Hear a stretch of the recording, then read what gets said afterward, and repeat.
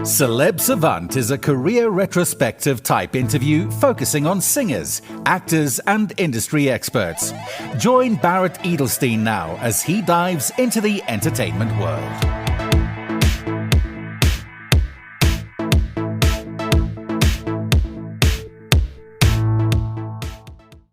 Sam Fischer grew up on a farm outside of Sydney, later moving to the city with his parents.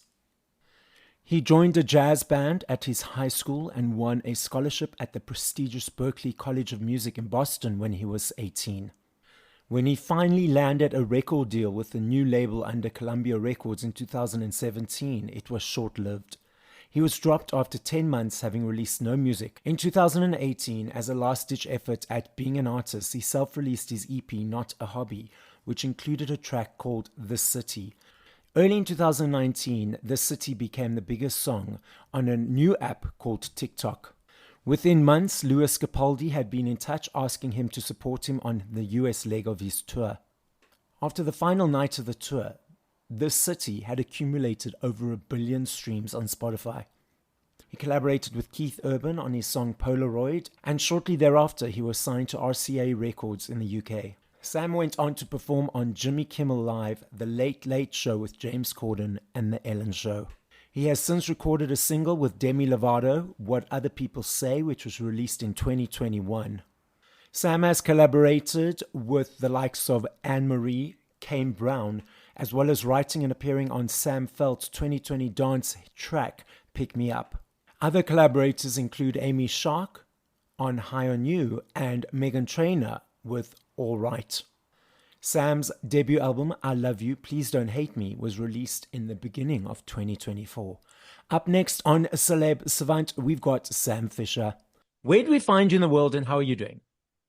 Mate, thank you so much for having me here. Where do you find me in the world? I'm in London. It's I don't even know what day it is. It's Wednesday morning. Yeah. It's raining. I'm doing well. Everything's good. I've been in London for 3 days, so jet lag is kicking my ass, but it's nice to be here. You were in the States, eh? I was in the States. I came from the States, yeah. But Okay. I am moving my whole life over to the UK kind of from now on. Oh, okay. So were you based in the States previously?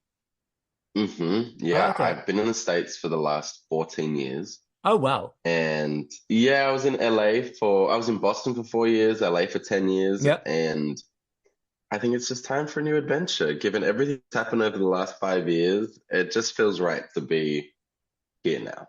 Okay. So that's Yeah. what's motivating it, just the feeling and just for newness. I'm someone who I love change, Okay. and I think being still is it doesn't really work for me. And I think also just given the last 5 years of everything that's happened, having this huge moment of this city be crushed by a pandemic, I think the States, as amazing as it has been for me, with all the opportunity it's given me, I think it also represents a lot of heartache and a lot of heartbreak. So I'm ready for a new Okay. chapter and like starting a new story here. And I Yes. also just love the scene here, the writing scene, the art scene. It's just great here. So I'm excited about the move. Brilliant. So now let's rewind. At what age did you decide or feel, whether it was a child or as a teenager, did you think, cool, this is my path to be in this world, this entertainment world, this music world, this creation world? And how did that journey accumulate to where we are today? So Sam's journey in the music world. It's interesting as far as the music industry goes, I was kind of late to it. Okay. But as far as music goes, it was always a part of my life. I started violin when I was 3. I started saxophone when I was 10, and I didn't sing for anyone until I was like 13. And then I started writing songs when I was like 12, but I didn't show anyone those songs until I was like 20. And then I think it was when I was like 20 and I was in college, and I played a song live for the first time, and it got a really warm reception. I was like, oh, okay, people like this. Let me just like keep doing this. And then that's really, there's a big story in it, and it's a long kind of winding journey, but really when I realized that maybe I had a future in pop music, in the music industry, was when I got that kind of validation that that what I was doing with my original music Mm. was worthy almost. I know that's kind of, I don't know, that's not really like the the romantic story that a Yeah, lot of yeah, artists have where it's like it was this or nothing. But yeah. Yes. um I knew I could sing, and I had a lot of people that were doubting me in Australia. And so a big part of it was like me wanting to prove a lot of people wrong. Okay. Um, they just didn't know that I had no idea how I was going to do that Okay. until I was like 20. But yeah, so that's really it. It's like a journey of validation and vindication. So the two V's of my career, and we're here now. So Okay, things so a work out. couple of points I'd like to unpack. Are you still playing violin and saxophone, first of all? I like to say I am, but no. Oh, okay. I'm Short and sure I sweet could. answer. I'm sure I could. I have my violin with me, but no. So when you said that you received validation that it was good enough, did you feel pre to receiving that it wasn't good enough, or were you doubting yourself? I knew that my voice was good enough. Okay. I knew that. I I was definitely doubting myself when it came to my songs because I was a songwriting major at college, Mm. whatever that means. Yes. And a lot of my professors just wouldn't really give me that reinforcement that I seeked about my writing. Okay. And so teachers, I think, can play such a pivotal role in your development as a human. Yeah. And I wasn't really receiving that encouragement from them, um, which is fine. And like, I didn't have an ego about it. Yeah. Yeah. I just desperately seeked that, or sought that out. And so there was a class that I took in college that really changed my life, and it was with Kara Diaguati, who's one of the best songwriters of all time. And the first class I presented a song, and she said to me, I bet you get away with writing shit songs because you can sing them really well. And that changed my whole life because I was like, oh my God, like, she's right. Like I can sing my horrible songs really well. So that made me focus on concept and lyric and melody and structure Yeah. and just the elements of the song that I was maybe not spending as much time on because I was able to just sing whatever well. Um, and kind of once I had that advice, I really started to like open up and write songs that I was proud of, and I ended up getting my first cut with a song in a movie my senior year of college, and I made money, and I was like, cool, I'm off to LA. See ya. Being in LA, is it that feeling of what I perceive? And you tell me if having experienced yourself, if I'm correct in my understanding as an observer, is it this feeling of, the Hollywood lights, the glamour, the glitz, the sort of Hollywood dream, going there, and then obviously reality sets in, and it's not necessarily that. That's absolutely what it is. It's so interesting the way that LA is portrayed in movies and stuff Yeah. because like Hollywood, I think Hollywood is my least favorite part of LA. Like it's disgusting. Like it's so dirty. It's crowded. It's like it's so not glitz and glam Yeah, at yeah, yeah. all.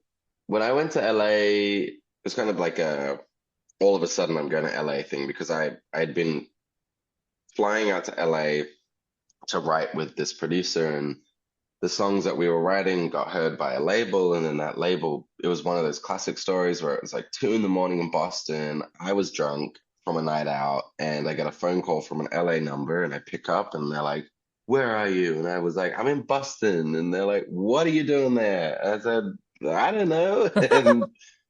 And they were like, "You need to be in LA right now. We need to make a record." And I was like, "Oh my God, okay." So I like packed up my shit, booked a flight, and 3 weeks later I was in LA. And 24 hours after getting to LA, they said to me, "Just kidding, like we're not going to move forward with this." And so I had this like moment where I was sitting in my friend's Toyota Prius in Beverly Hills Mm. outside the Live Nation building, And my whole like everything's like, what the, I have no money. I'm in LA. I have nowhere to be. And so I had paid rent for this place for 1 month. Mm. So I stayed there for like the month and then packed up my stuff and I slept on couches and on floors and wherever I could for like the next 6 months until I got a backgrounds gig. But yeah, so LA was not at all welcoming in any way, shape, or Yeah. form. And it probably took me like 2 years before I really started to work. And yeah, it's weird that I was there for 10 years. So then, I mean, it's interesting. I've moved from Johannesburg to other countries. I've lived in London. I've lived in Israel. And there's a perception that they're all waiting there to welcome you and you're just going to fit in and everything's going to be marvelous. But they're like, who are you? We don't care. We carry on with our lives. It doesn't matter you here or Hmm. not. So I think it's in Hmm. every person's perception that they arriving, with this emotion that I'm like chest out and doing all of this stuff. But that no one Yeah. cares, actually. No one cares. No one cares. I mean, it's interesting. Like LA is definitely a city that is all about like the hot new thing. And so being new in LA is exciting if you can get into those doors. Like breaking into those doors, breaking them down it takes forever. But I don't know. I hustled really, really, really hard. I worked my ass off. I said yes to everything. I would be up all hours of the night trying to write, trying to network, going to clubs, going to shows, meeting whoever I could. They said Mm. they were in the music industry, and as soon as they did, I'd get their contact and set up a meal. We'd go and eat, and they would put it on the company card, and that's how I afforded to eat for a long time. Oh, And shame. Yeah. it's kind of a classic story. It's kind of like, Yeah. just like almost like a rite of passage, but yeah, So those obviously it days or didn't those happen. moments during those 2 years or that period when you're sleeping on the floor, sleeping on the couch, just saying yes to everything, there were obviously moments that were like, oh, frustration. Why am I doing this? Hmm. This type of feeling. What kept you going? Delusion. Just total delusion. There were moments when I was frustrated and like I was broke as hell for a long time, but I don't know. There wasn't a moment where I wanted to quit. There just wasn't. Like Okay. um, I think the first moment where I wanted to quit was after I signed my first record deal, and I was in a situation where I was being abused a lot by the person I was signed to, and it was just like horrible. And that was when I was like, oh, I got what I wanted and it's horrible. Yes. That's the most devastating part.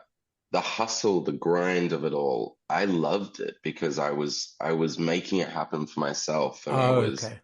so I think I don't know, there wasn't there was all I knew that something would work out because I believed in myself and like, the insecurity that I had in college of not playing my music for anyone was gone. Like I knew what I was doing was good. I just needed I don't know, I needed those stars to align. I needed someone to hear one of my songs and kind of say, yeah, that's really good. It's just the problem is that the person who did that was just the wrong person to do that. And it wasn't until after I got dropped did this city start blowing up. So So I don't maybe know. you needed, and I'm not surely aware of the whole situation, but whatever. Not whatever. I mean, it was experience for you, but maybe you needed to go through that negative of having that record label and it not being what it was supposed to be to know what you do want and what you will not allow and what boundaries to set in the future. Yeah, ain't that the way with any breakup you ever go through, any negative experience you go Yeah. through? It's always a learning lesson. And though like it was really hard at the time, I wouldn't change it. And it allowed me to be a young new artist with a record deal with no songs out. And the rooms that I was able to get into, the writers, the producers that I was able to be introduced to was just like something that I would never have been able to do without it. So there was a lot of positives from that experience. It was just what was going on behind the scenes was just Yeah. was not okay. Yeah, exactly. But yeah, no, my journey has definitely been a convoluted and strange one, but there are some things I would change, but not much, Yeah. not Yeah. much. I suppose when you're going through it, those challenges, some of them you're like, oh, I wish I could change this, but now then you look back and it's like, actually, it helped me achieve this or realize this. So actually, I wouldn't have changed it at the end. So I get what you're saying. Yeah. So you released your latest or your new album in January. I want to unpack, first of all, your creative brain from 0 to 3 to 4 minutes in creating a song. Is it easy every time? What motivates it? What invigorates it? Is it easy every time? No. It changes. It changes. There are some songwriters who are just so brilliant that like it all just like falls out of them. Like I feel like Julia Michaels is one. Sasha Yes. Sloan is incredible, and I wrote my song High on You with Sasha, and she's with Fame, and I'm really jealous of them. Like, how good would it be to just like have songs can piss out of you? Yeah. But no, it's different every time. Sometimes songs happen immediately. I have a song on the album called Landslide, and I was hammered, and it was like 1 a.m, and me and the writers were just like trying to write this like party anthem, and we stopped halfway through, and after like an hour of trying to write it, and we're like, this sucks. Let's pivot. Let's do something else. And like then this song Landslide, which is this beautiful acoustic love song, just like fell out of us. Sometimes I'll go into the studio with a concept, knowing exactly what I want to say. Sometimes I'll just have a line of lyric. Sometimes I'll just have a reference point as far as what kind of song I want to write. It really just depends on the day, and it depends on the vibe, and it depends on who I'm working with. And if it's, if I'm working with people that I've worked with for years, like it's easy, it feels easy. It changes, but it always starts with concept, and then kind of like a sonic world, like a vibe, if you will. Yes. That comes from whoever's on the piano or guitar, or the producer on a beat or whatever. So yeah, it's different every time. I don't have like a tried and true method, though I really wish I did. It would make life easier. Exactly. So now when you collaborate with someone new or new energies in the room, you mentioned you've worked with some people for a period of time. So when there's someone new that you've never worked with or collaborated with before, when you walk into the room and space, obviously it's unveiling the vulnerability of releasing those feelings on pen to paper. So does it take you a moment for you to get used to that new energy or people or persons in the room, or do you just go in there and saying, okay, let's do this? It kind of depends. I mean, like, every session starts with a hang. Like, we will talk for an hour, 2 hours sometimes. We'll talk about everything that's going on with us personally, maybe something that's going on in pop culture, in the news. Like, we'll just talk about everything. And I think it's very, like, it's pretty quick to see if, like, we just mesh as people. And then a song will build from maybe someone says something in the room, and you, like, go, oh, that's just like chase that for a sec and see if we can build a song off of what you just said. But yeah, I think you can tell pretty quickly if you guys are going to get along. A songwriting session is like a therapy session. You have to allow yourself to be open, Yes. and say things to these people, these random people who you may have never met. Yeah. Your deepest, darkest, Yes. So it's really weird. Like, songwriting is so freaking weird. But yeah, I think you can normally tell if it's going to be a good day or not. And then I think with a song, you can always tell if it's, I don't know if you can ever tell if it's a hit, but you can always tell if it's a good song. Yeah, absolutely. And now then, when you're writing a song for another artist compared to writing for yourself, obviously it's the intention and the energy is still vulnerability and openness. But what is the difference? Oh my God, it's so much easier. Oh, really? Because you get to kind of listen to them. You get to explore their story. You get to like watch them light up when you find something to talk about in the song that they hadn't thought of before, and you get to kind of live in their world. And like, as an artist, getting to work with other artists, we all have artists have perspective, and it's nice to play off of someone else's direction. And I also just love being able to, like, I don't know, be the person in the room who isn't singing. And so getting to like vocal produce a bit and getting to create cool counter melodies and harmonies and backgrounds and stuff. It's just I like it. And it's also, someone else's story. I don't have to be the one to come up with what I'm going through. So Yeah. it's just like it's a So, break. I It's understand. cool. I love it. So what's next? So you released the new album hmm a few weeks ago, in fact, last month, like 4 or 5 weeks ago. So what's next on the horizon? What's next? One of my favorite songs that I've ever written with Guy Sebastian, who is like hometown hero for me, Australia's golden boy. We are putting out a collaboration called Antidote, Oh, lovely. which is really, really exciting. Mm. I'm featured on it. It's his second single from his album. So that's coming out on Friday, and then my tour is in May in Australia and Europe, and then in June in the US. And so I've got shows coming up. And really, it's just promoting my album, I Love You, Please Don't Hate Me. And, that album took me way too long to release. And so I'm excited to be on tour with it and performing those songs and getting to experience them live and getting to like see what that feels like. So I'm Haven't super. you performed live? Obviously, you've performed live before, surely. Of course, Yes. It's more. There are some songs on the album that I haven't performed yet. Oh, I understand. Understand. And getting to kind of put the album into a live show is going to be a sick experience. Okay, so what do you enjoy about performing live? Honestly, man, like it's the one thing that I haven't been able to do as much because the pandemic kind of stole that from me. Okay. But for me, it's like where I shine. Like that is my strength. It's my bread and butter performing. The fans' reaction. I like who doesn't love people cheering for them. I just every aspect about performing live is so sick. Like whether it's festivals because you get festival catering, love Yes. that. Um, getting to travel, getting to see new places, getting to meet the fans. Like this is the whole thing. When this city took off, and even what other people say with Demi, like pandemic was happening. Like I Yeah. wasn't able to travel anywhere, wasn't able to meet the fans, wasn't able to tour, and so I haven't been able to really go around the world and thank the fans for putting me in the position that I'm in. So really, it's just I don't know, it's fun. It's really fun. So I've got an interesting discussion around this, and I have had multiple answers for and against this question with a lot of artists. So I'm always that person right up in front. I'm jamming, I'm dancing, I'm doing my thing, I'm having a ball.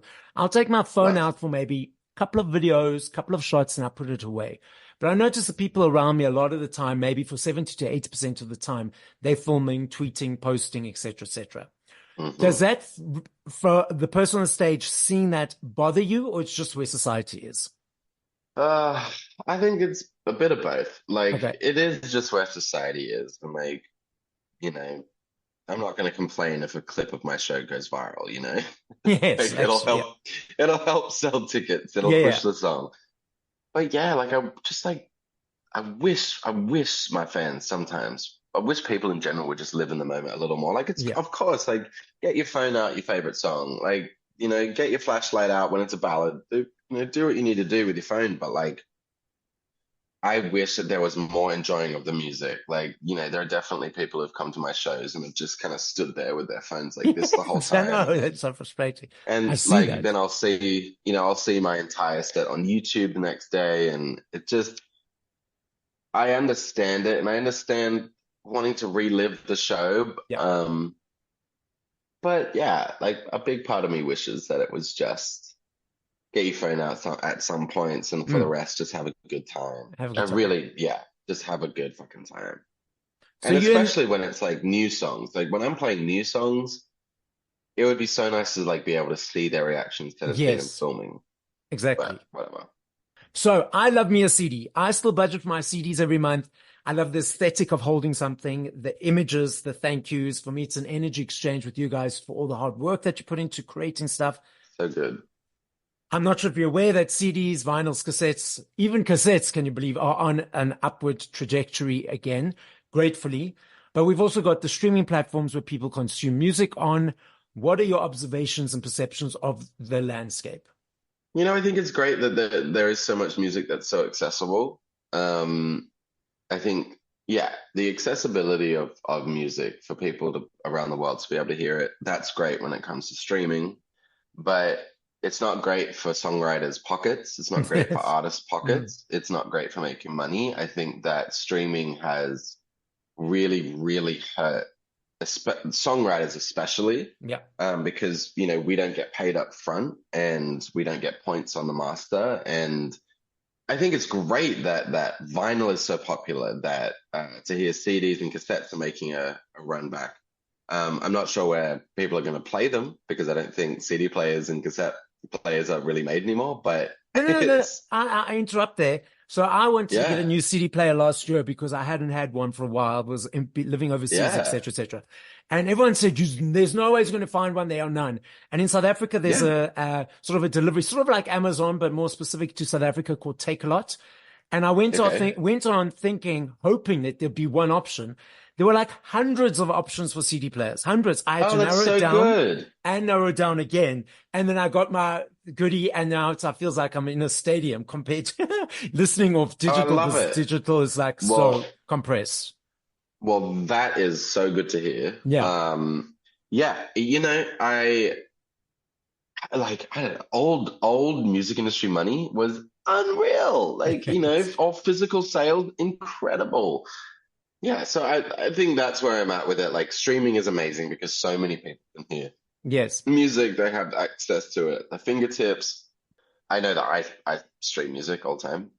But I don't know, when it comes to business side of things, it would be so nice to be in the old music industry because woo, we would all be making money. We would all be living good. I would have bought a couple houses with this city, but not to be, not to be.